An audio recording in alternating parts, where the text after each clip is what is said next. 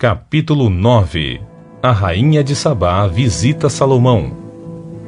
A rainha de Sabá ouviu falar da fama de Salomão e veio a Jerusalém para pôr à prova a sabedoria de Salomão por meio de seus enigmas. Chegou acompanhada de uma grande comitiva e muitos presentes caros, camelos carregados de especiarias e essências aromáticas, muito ouro e pedras preciosas. Assim que se reuniu com Salomão, inquiriu-lhe sobre todos os assuntos que desejava. Salomão lhe esclareceu todas as dúvidas.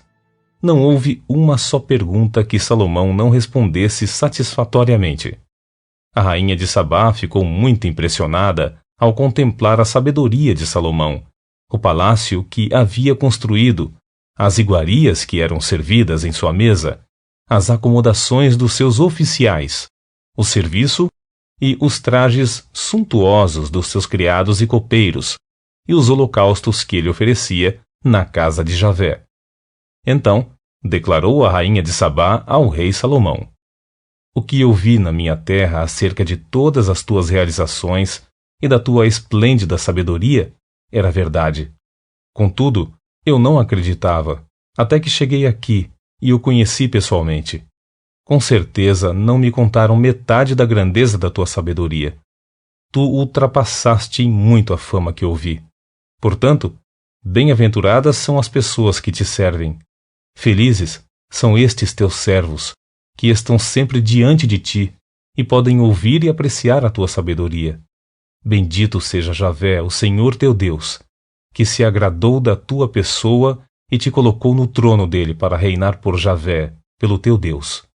E tudo isso por causa do amor misericordioso de teu Deus para com Israel e da vontade divina de preservar esse povo para sempre. Eis que o teu Deus te constituiu rei com o propósito de manter a justiça e o bem.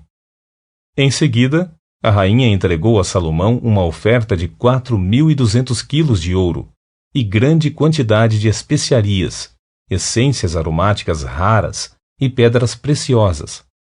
Nunca se viram tantas e tais especiarias como as que a rainha de Sabá deu ao rei Salomão. Os marinheiros de Huram, Irão e de Salomão trouxeram grande quantidade de ouro de Ofir, madeira fina de junípero e sândalo e pedras preciosas. Com o cipreste de sândalo, o rei fez os degraus da casa de Javé e do palácio real, como também as harpas e liras para os músicos. Nunca se tinha visto algo tão deslumbrante em Judá. O rei Salomão presenteou a rainha de Sabá com generosidade e lhe deu tudo o que ela desejou e pediu, muito mais do que ela lhe tinha trazido. Então, a rainha e seus servos retornaram para o seu país. O esplendor do reino de Salomão. O peso do ouro que se depositava aos pés de Salomão todos os anos era de 23.300 quilos, sem contar os impostos pagos pelos mercadores e os comerciantes. De igual forma, os reis árabes e os governadores dos vários distritos do país traziam seus tributos em ouro e prata a Salomão. O rei Salomão mandou fazer 200 grandes escudos de guerra de ouro batido, utilizando 3 quilos e 600 gramas de ouro batido na confecção de cada escudo. Fez ainda mais 300 pequenos escudos de guerra de ouro batido, com 1 quilo e 800 gramas de ouro em cada um, e os dispôs no interior do Palácio da Floresta, no Líbano. O rei mandou confeccionar também um grande trono de marfim revestido de ouro puro. O trono tinha 6 degraus e um estrado de ouro, que eram unidos ao trono, e de ambos os lados tinha braços junto ao lugar do assento, as esculturas de 2 leões em pé, de um e de outro lado sobre os degraus. Nunca se havia construído nada igual em reino algum da terra. Mais 12 leões em pé foram posicionados de um e de outro lado, sobre os seus degraus.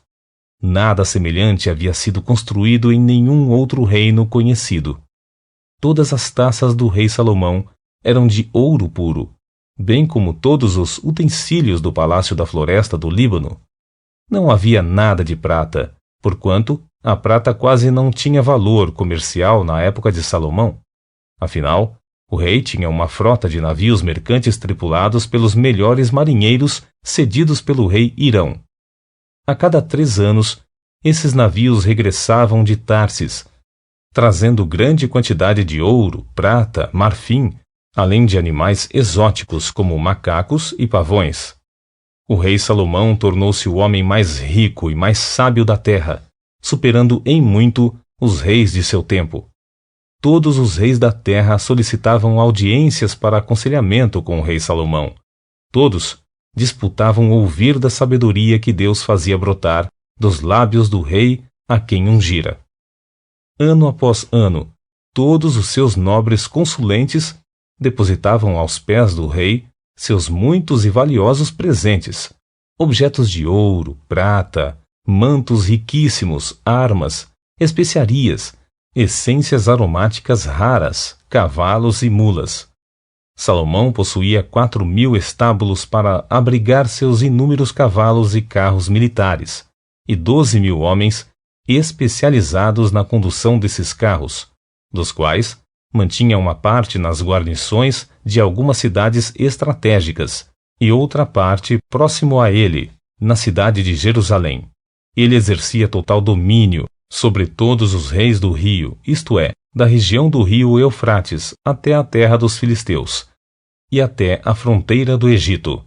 A riqueza de Salomão era de tal ordem que tornou a prata tão comum em Jerusalém como as pedras, e o cedro tão numeroso quanto os sicômoros da Baixada, as figueiras bravas de Cefelá, planície de Judá. Salomão mandava importar os melhores cavalos das terras de Musur, Egito, da região da Cilícia e de vários outros países. A morte do rei Salomão. O restante dos atos de Salomão, bem como todos os acontecimentos importantes de seu reinado, desde suas primeiras ações até as últimas, estão todos escritos nos relatos do profeta Natã, nas profecias do silonita Aías e nas palavras do vidente Ido em relação a Jeroboão, filho de Nebate. Salomão reinou 40 anos sobre todo o Israel na cidade de Jerusalém. Ele repousou com seus pais e foi sepultado na cidade de Davi, seu pai. Em seguida, seu filho Rehavã, Roboão, tornou-se o sucessor do seu trono.